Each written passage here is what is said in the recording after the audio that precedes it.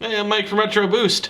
Someone has done it. They've fixed the N64 controller, and by that I mean they destroyed it and completely remade it. The N64, undeniably classic game console. This is the one that I grew up with. This was my first game console. This is the first controller too. It's a little worse for wear. I have replacement ones though, but just want to show it off. It's a great game console. So many of my favorite games are on N64, but I've never totally been in love with the controller.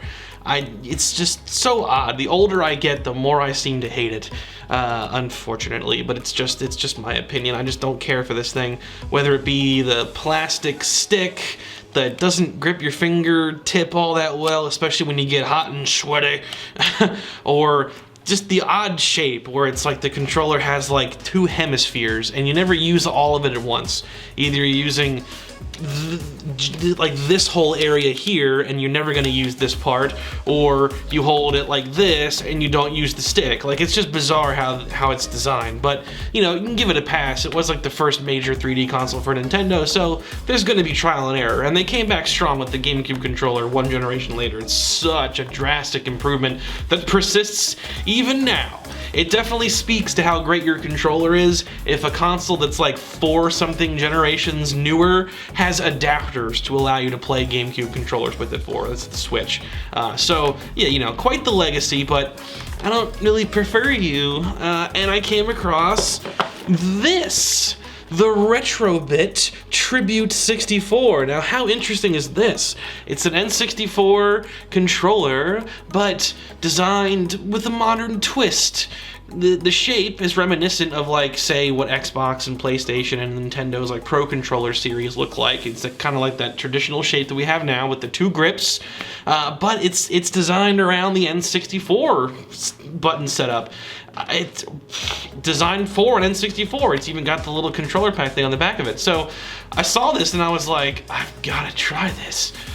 This is actually the second one that I got. I wanted to get one still in the box to show the box, because I opened up and got too excited with the first one that I bought, this purple one here. But I've been playing around with it, messing around with some games and getting a feel for it, and I want to talk about it because I'm a big retro gaming enthusiast, but I also love injecting new technology into retro games, whether that be, you know, converting them up to modern picture standards, new ways of organizing and dealing with them, or new ways of controlling them.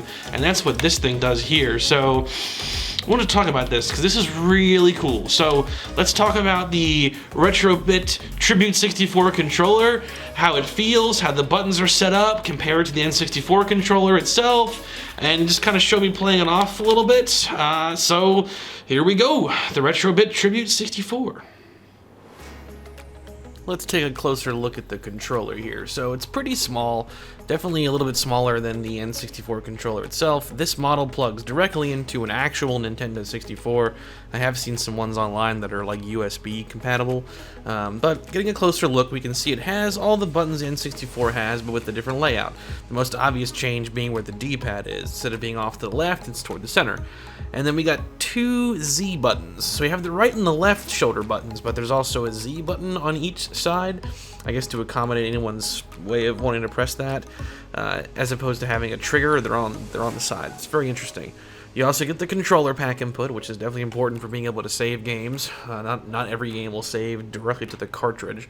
But the other giant change is the stick. The material the stick is made out of is more of a rubber type material, and it gets a pretty good grip on your fingers. I definitely like that.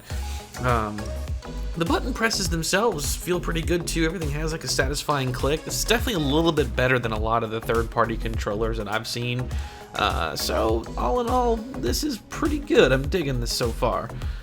Let's compare it to the N64 controller so you can get a better idea of what's different here. As I said in the opening, I don't have a lot of love for the N64. This is my original controller. Here's the new controllers. You can kind of see them side by side. So the new one is a little bit smaller, but like the main thing about the N64 controller, it's just so bizarrely put together. I never liked how it has like the 3 gripping points, because games either use the analog stick or they use the D-pad. I've never played a game that used both. So, you know, they were just figuring things out. It's a prototype thing. It's the first 3D console, so there's only so much hate that I can give it, but I love the way that the new one is put together. It works out so well. Everything about it's so much better. The stick is my favorite part, though. The stick on the original N64 controller, it's plastic. Doesn't get that good of a grip when you get like a little bit sweaty or like it's hot or humid or whatever. The new one being rubber, like the way that it feels, even when I'm not a sweaty mess, still grips better. I definitely like that so far. The button presses all feel about the same. I don't have any complaints with that, like I said before. I've had controllers in the past that were third party that just didn't feel good to mess with, and this is not one of those examples. It's pretty great. So, market improvement. It looks better. It feels better.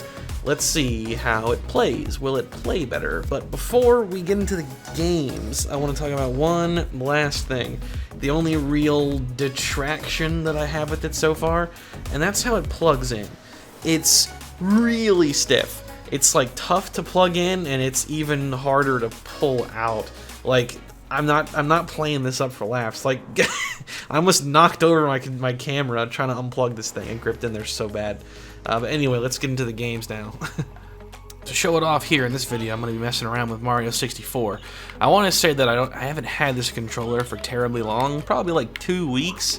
But even not having it for long, it's really easy to pick up and play with. I was worried that I'd have like an adjustment problem getting from N64 to this, but luckily, I've logged a lot of hours with the Classic Controller and Classic Controller Pro on the Wii/Wii U, and that's the controller that this is most similar to and how it plays out. The one difference being that I really like the stick. The analog stick, I think, is the biggest improvement that this controller has over the original Nintendo 64 controller. It's extremely responsive, it's very smooth. All the other buttons are great too. I have no problem picking this thing up and playing with it.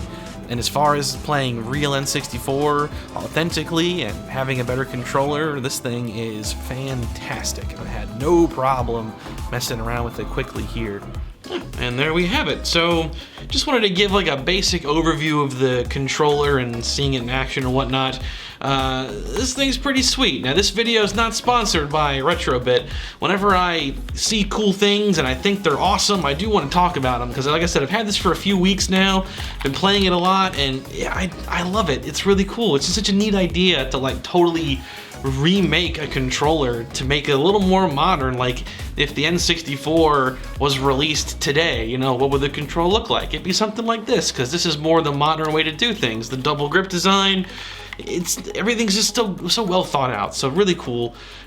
Great controller. You can also find the USB versions too if you're like into emulation or you want to use it for like your Nintendo Switch, for example. There are USB versions of this that can plug into a computer or the Nintendo Switch. I found those on their website when I was just perusing the different options for like colors and stuff. I was surprised to see that. So they've got these, they've got USB versions, they have other brands of controllers too. They have tons of stuff, cords and power supplies, all kinds of stuff for old game consoles. So it's a great little company to look into if you're into retro gaming like I am. The other half of this coin too, besides controlling your games, is the video quality. I did a video on the RetroTink line doubler devices a month or so back. Those are fantastic, and I highly recommend them if you are playing like, say, NES, N64, Nintendo 64, etc. Really any analog game console. You can check out these RetroTink devices to scale up their resolution before they go to your modern TV. It does make a drastic difference, especially with N64. It's extremely striking. So check out that video if you want to learn more about those devices. I'll put the link in the description. But definitely subscribe to get notified of new content. I appreciate it if you do. It's the best way to help me grow the channel. Even if you don't though, thank you for watching. You guys have a great rest of your day.